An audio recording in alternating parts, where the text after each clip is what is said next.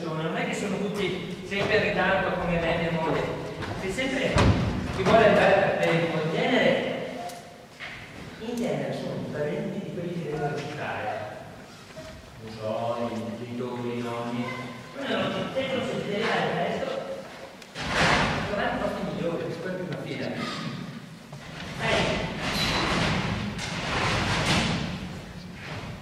Fanno finta di niente, tengono di darsi un contento. Non vedo l'ora di applaudire il loro corso. Del resto, deve dare anche questo.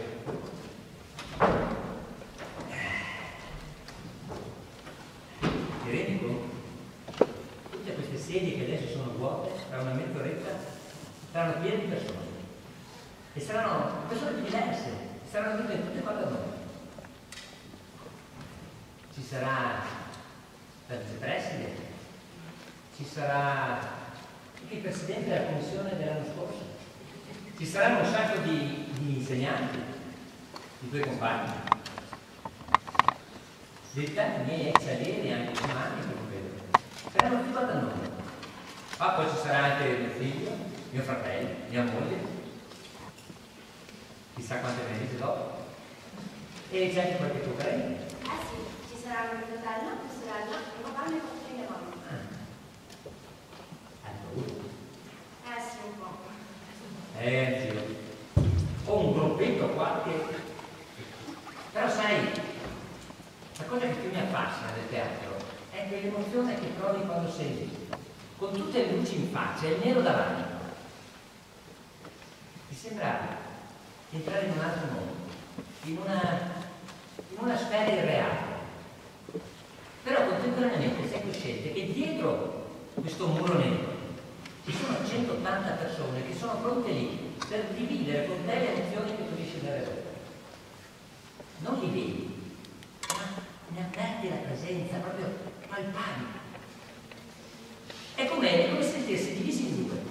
Una metà di te, una parte di te è un personaggio che vive in un suo mondo irreale, ma un'altra parte è attore, che vive, che domina delle emozioni parallele. E questo è il mio sogno. E se posso darti un consiglio, non abbandonare mai i tuoi sogni, non smettere mai di perseguirli, anche se ti sembrano faticosi o irraggiungibili, non smettere mai. In fin dei conti, una vita senza sogni è solo sopravvivenza, è solo sogno. Sì, professore, però io vorrei dire che sono già le 8:30. Mangia, oh, le 8:30. Ma Gianluca, non è andato.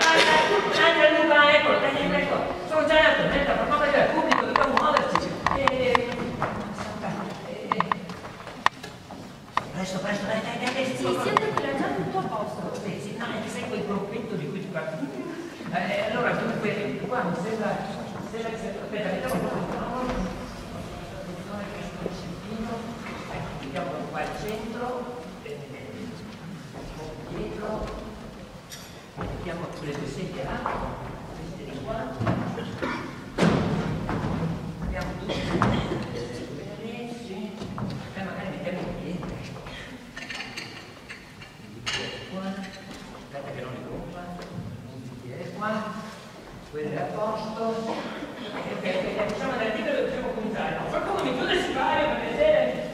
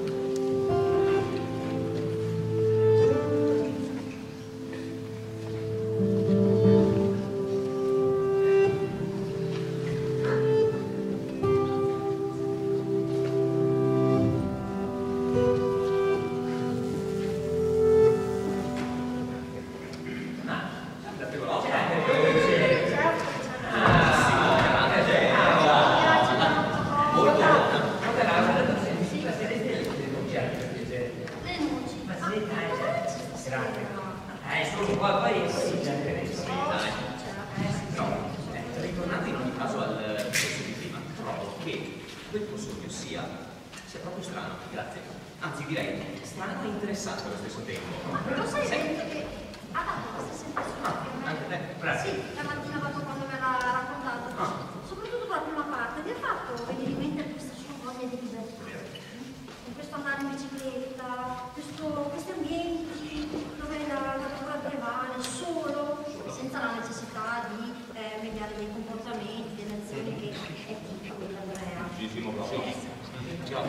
Perché anche nella lingua italiana, se ci pensi, la parola sonno ha un duplice significato, perché oltre all'attività del sonno c'è anche il significato di speranza, di desiderio. E secondo te? Per te? per me avevo solo mangiato troppo la sera. Sì, no, dai, vai. Quindi sempre quando mi mangio troppo. Infatti, proprio perché nei sogni noi risveliamo un po' il nostro desiderio, secondo me è importante anche dare un'interpretazione, cercare di capire. E poi l'interpretazione possa essere corretta o meno, non importa, però secondo me aiuta tantissimo a comprenderci. Però, Andrea, una cortesia. Devi spiegarmi cosa c'entra con la bicicletta che va da sola. E se avessi anche bevuto troppo la sera prima. Dai Andrea, adesso ci posso andare. Si sta facendo un discorso serio, proprio qui un discorso serio. Però adesso, in ogni caso, penso che sia proprio anche un modo per conoscerci meglio. Poi, alla fine, un po' come quello che diceva anche Laura, non è importante il sogno in sé, ma il significato, l'interpretazione che vediamo nel sogno. Quindi, anche la bici, come appunto dicevi tu stessa, potrebbe essere anche un invito a non abbandonare i nostri sogni, ma combattere per continuare a inseguirli. Altrimenti, un po' tutti questi nostri sogni, come la vita, appunto, se ne andranno via da soli e allora la vita sarà solo sonno senza più sogni.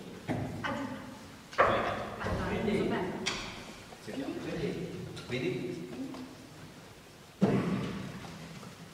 Quindi secondo te bisognerebbe continuare a sognare, a sperare per non vivere dormendo? Dai, Andrea, per un discorso serio bisogna fare. No. Guarda che io sto parlando seriamente. Devi sapere che qualche anno fa, poco prima che con Marietta Sacco, avevo fatto un altro sogno molto forte che mi aveva colpito molto. Vedevo mio figlio da piccolo. Angelo era ancora un bambino, insomma, e stava morendo. Io ero lì con lui e lui mi guardava con due occhioni grandi, pauriti, interrogativi. Poi la mattina dopo ho raccontato di questo sogno ad Angelo, e anche a sua sorella Anna e anche a Marina. Lei sapete come è andata a finire con mia moglie. È quello che da allora non mi piace più molto parlare dei miei sogni. No, e poi da quando Anna ha avuto l'incidente è un altro sogno che mi perseguita. Beh, un altro pochino. Sì, grazie, molto gentile. Ma a proposito, parlatemi un po' di voi due. Come sei finita con un vecchione come Andrea? Dimmi. Oh, guarda che io dannata, sempre migliore. Adesso. Come già tutto l'anno scorso, quando mi hanno dato il ruolo al liceo, sai quello vicino alla bar di Andrea, Piazzetta Leoni, che?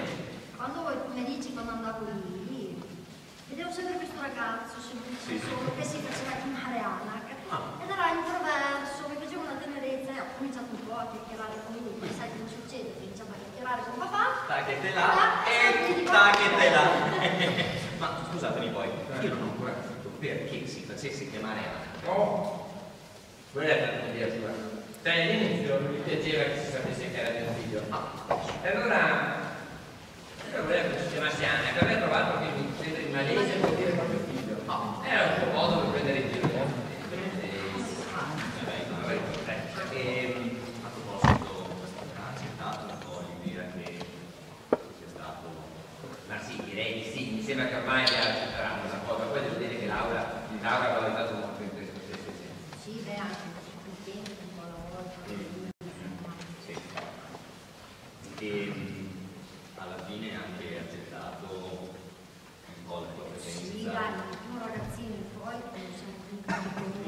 Ma sì, vedi, voi siete ancora giovani, però quando cominciano i primi fili bianchi, i toni si fanno più delicati, meno impetuosi, i colori forti tendono ad abbagliarti, allora impari ad apprezzare più le sfumature, a vivere su queste, direi. Però secondo me non è né meglio né peggio, è semplicemente diverso. È come se tu considerassi, paragonassi i numeri complessi con quelli reali, i numeri del piano regolare. Non ha senso dire che è più grande, che è più piccolo, che viene prima. Esce il matematico, una volta che non ti sento. Guarda che la matematica è la filosofia di vita. Anche stavolta. No, dai, vabbè. Ma abbiamo sempre quest'ansia di decidere sempre cosa viene prima, cosa viene dopo. In fondo, persone, situazioni, sono diverse, ognuno con le loro caratteristiche. Ad esempio, è come a scuola, lo stesso compito hai una parte di alunni che lo fanno male e un'altra parte che lo fanno bene. Questo non vuol dire che i primi siano peggiori dei secondi, hanno solo delle caratteristiche diverse. Anche i profili, se noi potessimo conoscere singolarmente ognuno nel proprio ambito, sicuramente hanno delle storie interessanti anche loro. Il problema sorge quando pretendi che la propria identità venga accettata in un contesto diverso. Come ritornando agli studenti, lo studente che con un po' più impegno pretende bei voti perché non so, non è un bravo pianista o è uno sportivo affermato. Senza dubbio. Comunque,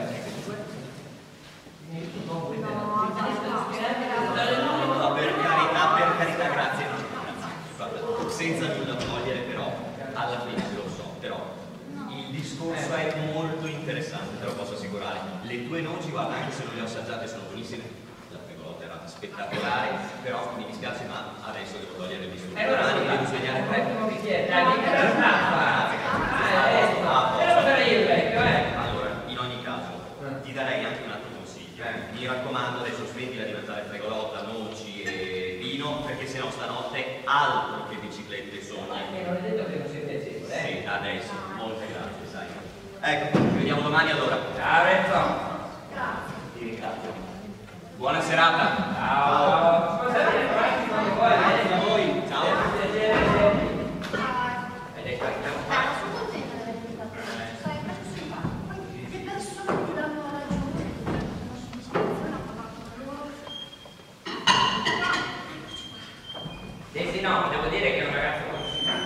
Non è un caso. Io ho mangiato poco, Ma va, veramente? Tappo di notte, svegli, un vecchietto che non sei altro che l'età non ce l'hai. A proposito, c'è niente di Angelo, dove andava, che mi sono ritornato. È che sai, per l'incidente di Anna, resto sempre il pensiero quando ti vedono così. No, dai, non sta di A casa non male. sento tranquillo. Lo sai che dopo Angelo che andava a ragazzo, vorrei portare il telefono. Sì, dai, va bene. Sì, dai, mettiamo qua. Portala bene. Dai. Va bene. Allora mettiamo questo qua. Avanti, adesso vengo subito. Sì, parli. Sì, va bene, dai, adesso io vengo bene. Dai. Ok. Ti ha fatto bene, Sì, dai, mettiamo anche questa. No, mettiamo un'altra volta, se no viene per domani. Domani mattina vediamo tutto a posto. Eccoci qua. Oh, ciao.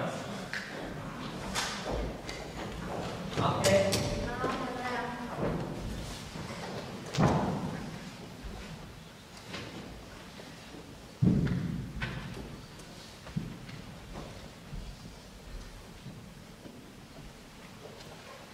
Sogno, libertà, sogno, diversità, padre, amore, figlia, sogno, libertà, sonno, diversità, padre, amore, figlia, sogno, libertà, sogno, diversità, padre, amore, figlia, sogno, libertà, sonno, diversità, padre, amore, figlia, sogno, libertà, sogno, diversità, padre, amore, figlia, sogno, libertà, sonno, diversità, padre, amore, figlia, sogno, libertà, sogno, diversità, padre, amore, figlia, sogno, libertà, sonno, diversità, padre, amore, figlia.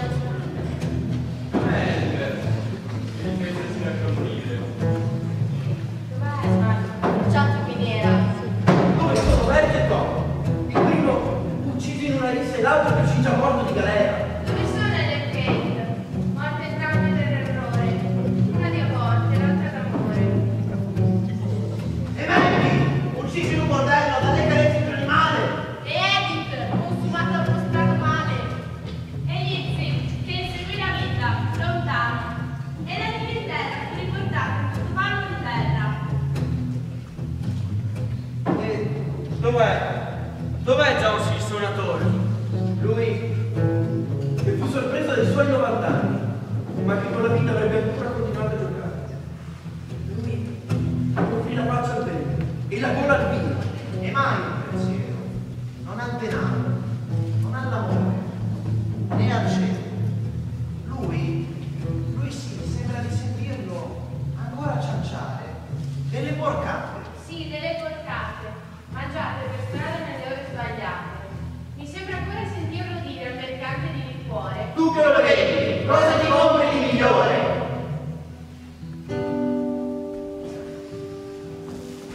In un vortice di polvere, gli altri vedevano la siccità. A me ricordava la donna di Jenny, un ballo di tanti anni fa. Sentivo la mia terra vibrare di suoni. E allora, come coltivarla ancora? Come pensarla migliore? Libertà l'ho vista dormire. Ogni volta che ho suonato per un compagno ubriaco a un ballo o per un fluscire di ragazze. E poi, se la gente lo sa, e la gente lo sa che sai suonare. Suonare ti tocca per tutta la vita e ti piace lasciarti ascoltare. Finì poi nei campi all'ortiche, un flauto spezzato e un ridere rotto. Ricordi tanti e nemmeno che pianto.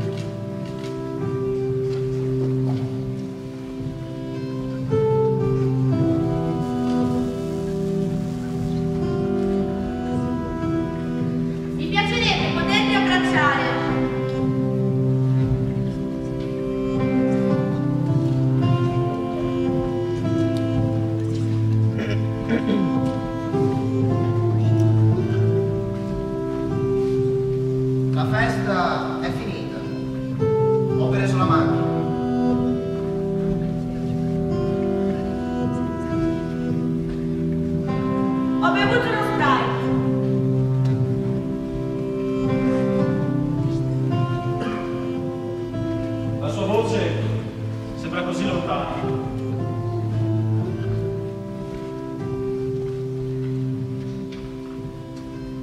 Diversità.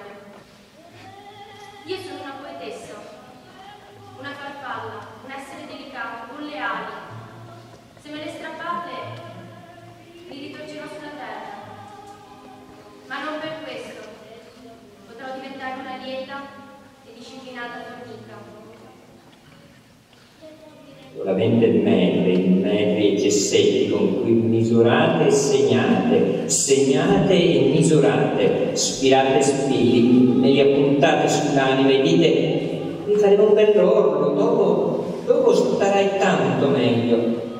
Io non voglio che mi tagliate un pezzo d'anima, sono una farfalla, un essere delicato con le ali.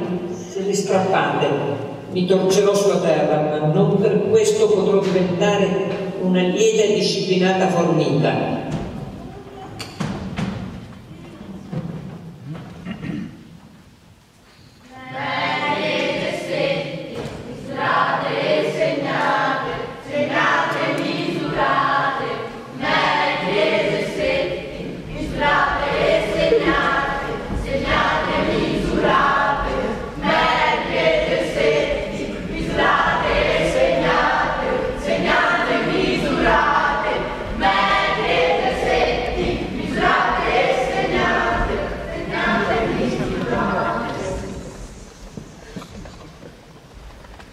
Anche tu andresti a cercare le parole giuste per farti ascoltare. Per stupire mezz'ora basta un libro di storia. Io imparai a 3 cani a memoria e dopo Maiale, Majakovskij, Malfatto continuarono gli altri fino a leggermi matto. Senza sapere che dovessi la vita in un manicomio che l'ho restituita. Qui, sulla collina, siamo mal volentieri. Eppure c'è luce ormai nei miei pensieri. Qui, nella penombra, ora invento parole, ma rimpiango la luce del sole. Ma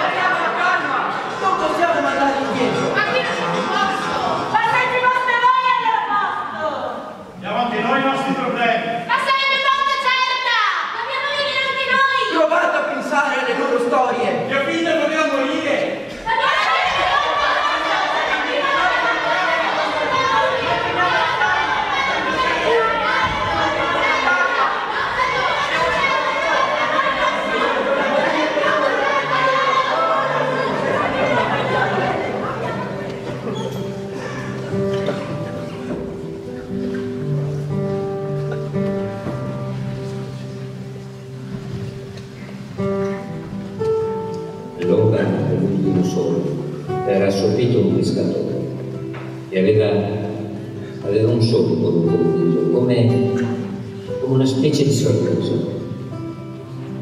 Venne alla spiaggia un assassino, 2 occhi grandi, da bambino, 2 occhi enormi, di paura. Erano: dammi il pane, ho poco tempo e troppa fame. E chiese al vecchio: dammi il vino, ho sete. Sono un assassino.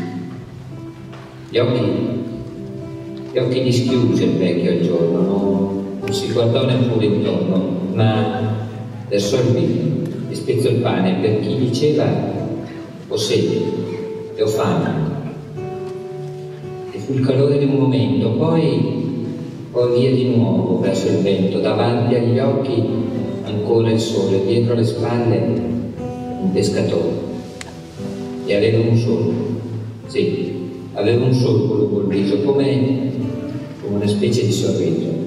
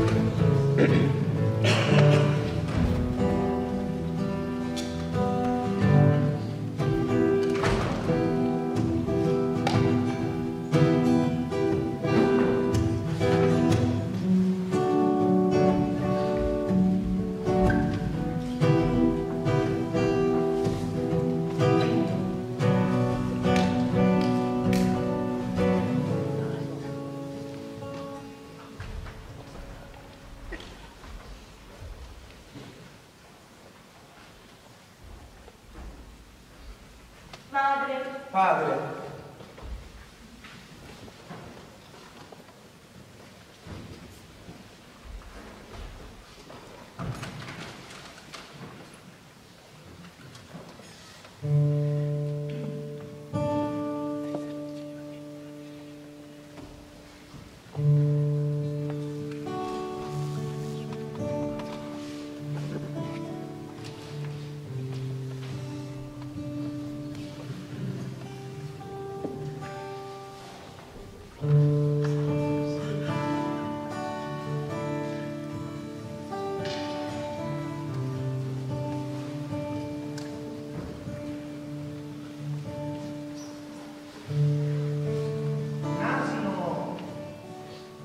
Passi uguali, compagno del nostro ritorno, scandisce la distanza lungo il morire del giorno,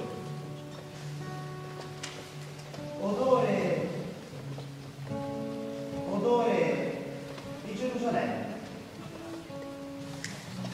la tua mano carezza il disegno di una bambola magra e intagliata nel legno. La vestirai, Maria, ritornerai a quei giochi lasciati quando i tuoi anni erano così pochi.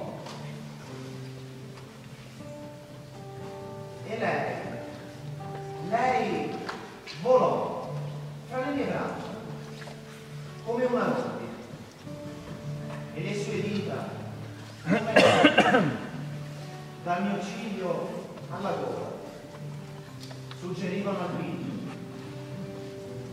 una volta ignorata la tenerezza di un sorriso.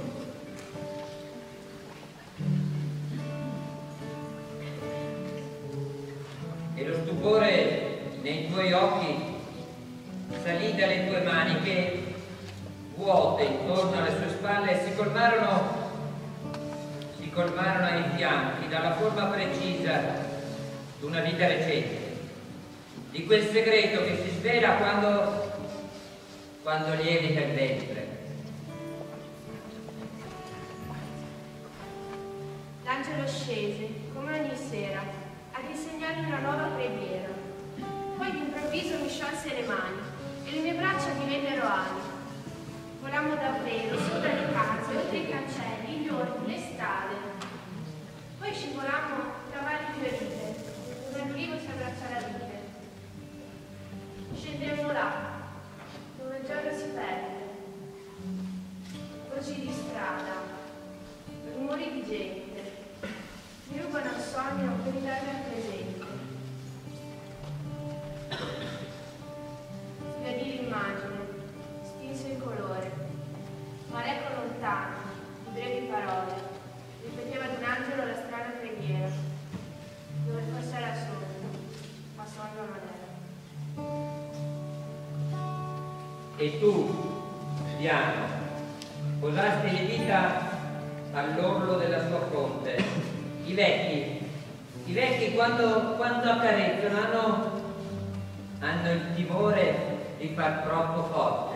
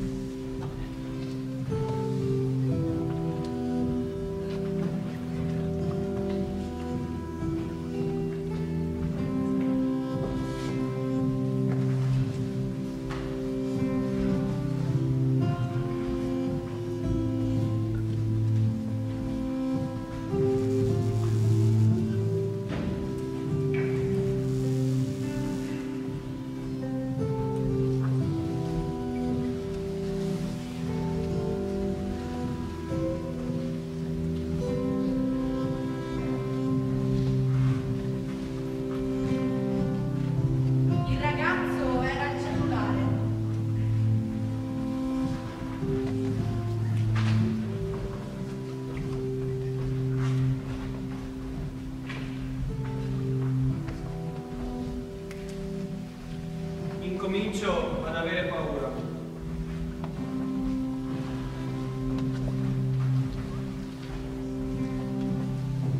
Qualcuno doveva dire: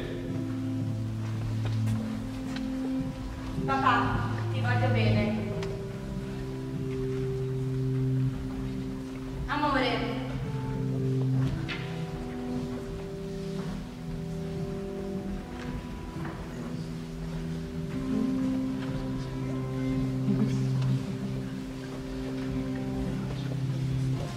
Questa, di Marinella, è la storia vera, che scivolò nel fiume primavera.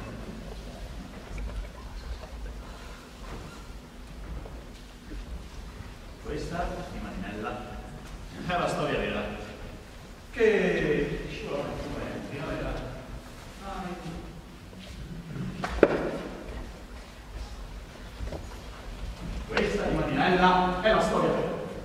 Che scivolano in fiume a primavera, ma il vento che la vita.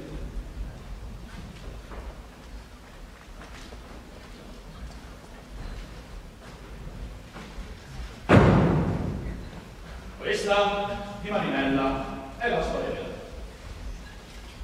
Che ci vuole in fiume a primavera.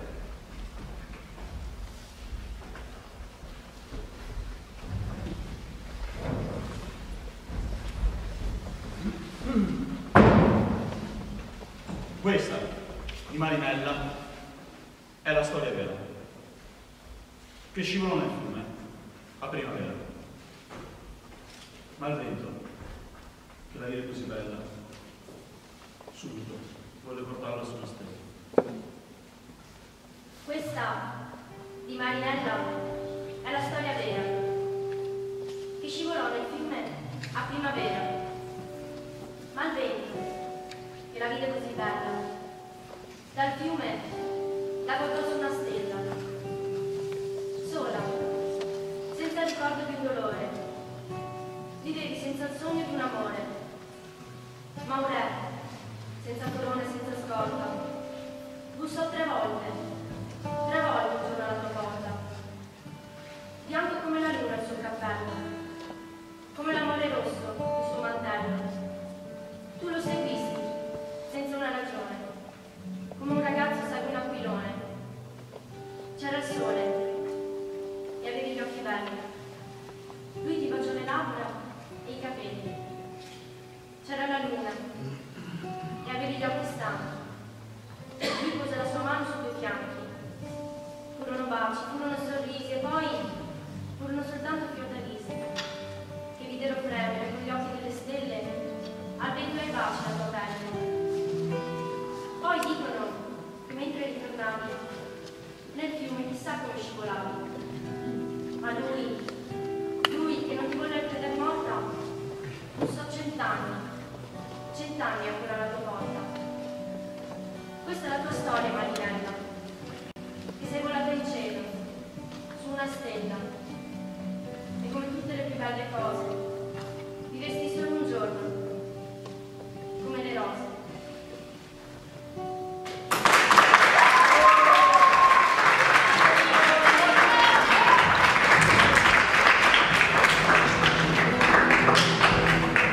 Pur seguirò fino alla fine del tempo Io sempre serbero ti ricordo contento. Nelle povere nozze di mio padre e di mia madre, Decise a rivelare il loro amore sull'altare. Fu su un prato da poi, se si vuole essere bravi, spinto dalle amici e tirato dai parenti, e andare a sposarsi da un fidanzamento. durato tanti anni a chiamarsi nell'argento. ed ecco soffia il vento e volò via il cappello che mio padre tormentava in una mano. Ed ecco la pioggia, che scende da un cielo mal disposto, decise di impedire le nozze ad ogni costo. Ed io non scorderò mai la sposa in pianto. Cullava come un bimbo i suoi fiori di campo, ed io per consolarla, io con la gola tesa suonavo la mia armonica con un organo di chiesa. Per le genti bagnate, Per gli dei rispettosi! Le nozze vanno avanti. Viva, viva gli sposi!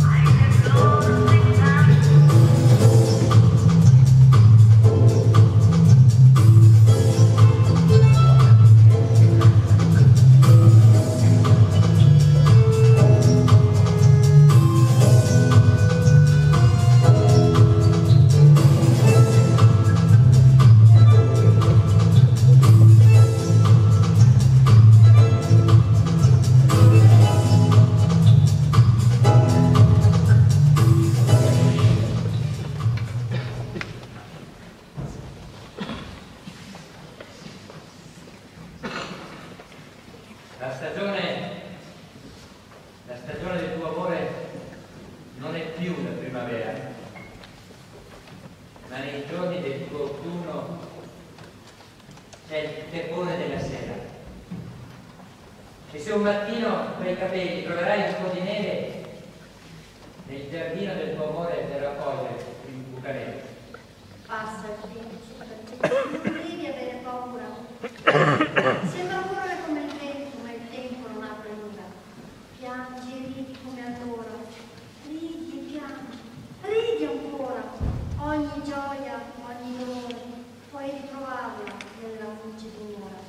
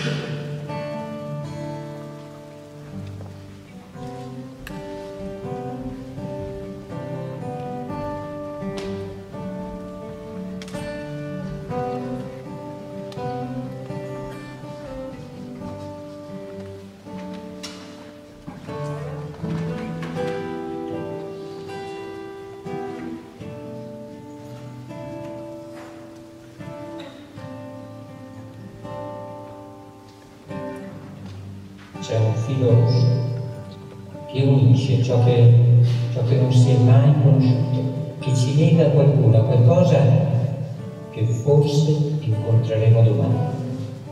Sì, c'è un filo rosso che guida e incrocia i nostri destini e ci porta ad amare, sì, ad amare a prima vista il sogno che è nella nostra vita da sempre.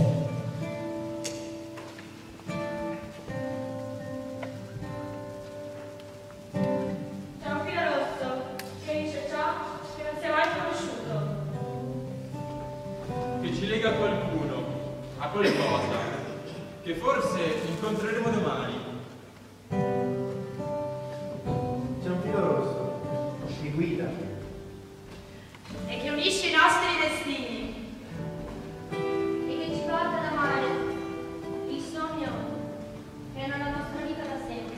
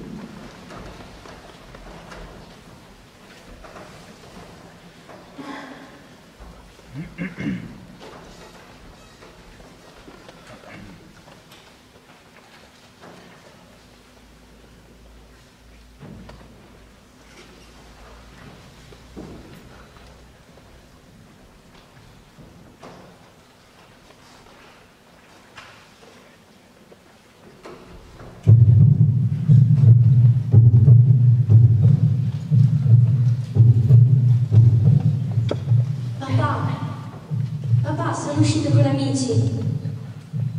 Sono andata a una festa. Dovevo guidare. Ho bevuto una Sprite. Mi sono sentita così orgogliosa. Quando la festa è finita, ho preso la macchina. Non potevo immaginare, papà. Ora sono qui, sdraiata sull'asfalto, e sento un poliziotto che dice: il ragazzo che guidava l'altra macchina era al cellulare, probabilmente... Papà, la sua voce sembra così lontana. Il mio sangue è dappertutto. Sto cercando di non piangere. Dì a mio fratello di non spaventarsi. Papà, devi essere forte. Qualcuno doveva dire a quel ragazzo. Forse se i suoi glielo avessero detto, io adesso incomincio ad avere paura. Veramente paura. Mi piacerebbe poterti abbracciare. Papà, ti voglio bene.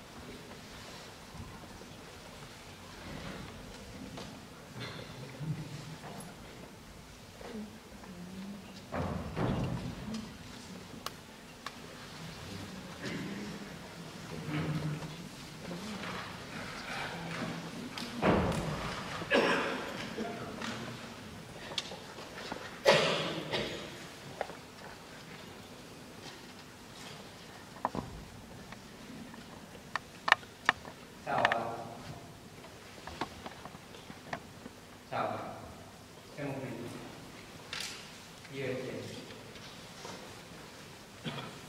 Quante volte ti ho visto nelle mani di Anna,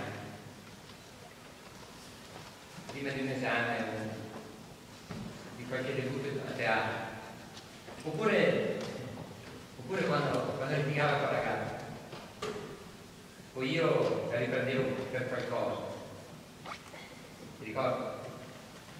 Si sedeva proprio lì, sul divano, si accovacciava e ti prendeva in braccio e cominciava a parlarti, però tu sei fedele e sai ascoltare.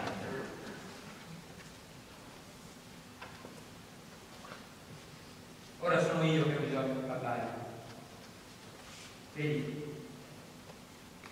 E da quando Anna ha avuto l'incidente faccio sempre lo stesso sogno, ogni notte, così vero, così reale, un incubo. Poi mi sveglio urlando, tutto sudato per un bicchiere d'acqua e basta. È terribile. È terribile, però quando mi sveglio e realizzo che Anna è riuscita a superare tutti gli interventi e rifarsi una vita e adesso aspetta anche un libro. Provo una tale sensazione di leggerezza. È come se rivivessi la stessa commozione di quando è nata. È come se riuscissi a fermare il tempo. È bellissimo. È proprio per questo che ogni sera aspetto con ansia questi per poter prima soffrire, ma poi riprovare questa stessa emozione, questa stessa euforia. Però adesso mi rendo conto che sta diventando pericoloso, è quasi una droga. E bisogna che interrompa questa spirale. Potrei riprendere i miei sogni, quelli veri. Mi piaceva scrivere lavori teatrali. Potrei raccontare questa storia, penso che al pubblico potrebbe piacere e comunque servirebbe a me. Il teatro è una grande cultura. aiuta a tenere la mente sveglia. Sì, credo sia arrivato il momento